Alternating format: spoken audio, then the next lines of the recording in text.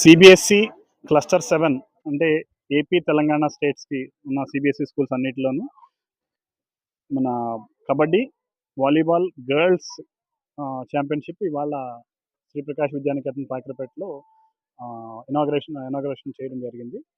దానికి సంబంధించి సుమారుగా 1100 మంది విద్యార్థినులు పార్టిసిపేట్ చేస్తున్నారు.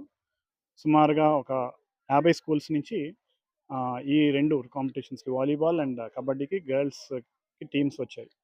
వీళ్ళందరూ కూడా ఈ 3 రోజులు కాంపిటీషన్లో పాల్గొని విన్నర్స్ మళ్ళీ ఇక్కడ గెలిచిన వాళ్ళు అండర్ 14, అండర్ 17, అండర్ 19 కేటగిరీస్లో కాంపిటీషన్స్ జరుగుతాయి. దాంట్లో గెలిచిన గోల్డ్ మెడల్స్ వచ్చిన వాళ్ళు నేషనల్స్కి వెళ్తారు. వాళ్ళ టీమ్స్లో వాళ్ళు నేషనల్స్కి వెళ్ళడం జరుగుతుంది అన్నమాట. సో ఈ క్లస్టర్ 7 ఛాంపియన్షిప్ అనేది ఎవ్రీ ఇయర్ శ్రీప్రకాష్లో ఏదో ఒక టోర్నమెంట్ హోస్ట్ చేయడం జరుగుతుంది. లాస్ట్ ఇయర్ ఖోఖో చేశారు, అలాగా జోనల్స్ కూడా హ్యాండ్బాల్ అన్నిటిలో ఇక్కడ హోస్ట్ చేయడం జరుగుతుంది. లక్కీగా మనకి సిబిఎస్ఈ వాళ్ళు కూడా వాళ్ళు ఎవ్రీ ఇయర్ మనం చేసే దాన్ని బట్టి వాళ్ళు they are giving us tournaments to be hosted here.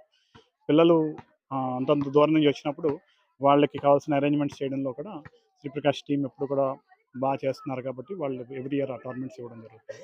అలాగే ఈ సంవత్సరం శ్రీప్రకాష్ వాళ్ళు సిబిఎస్ఈ క్లస్టర్స్ అండ్ జోనల్స్ లెవెల్లో వీళ్ళు ఖోఖోలో 2 టీమ్స్, కబడ్డీలో 2 టీమ్స్ బాయ్స్ అండ్ హ్యాండ్బాల్లో ఒక టీం బాయ్స్, వీళ్ళందరూ కూడా నేషనల్స్కి వెళ్ళడం జరిగింది. అలాగే 4x400 relay boys and javelin త్రోలో కూడా వీళ్ళు గోల్డ్ మెడల్ సాధించి నేషనల్స్కి వెళ్ళాలి అంటే వాళ్ళ క్లస్టర్స్ లెవెల్లో గోల్డ్ మెడల్ సాధించిన వాళ్ళు మాత్రం వెళ్ళగలుగుతున్నారు.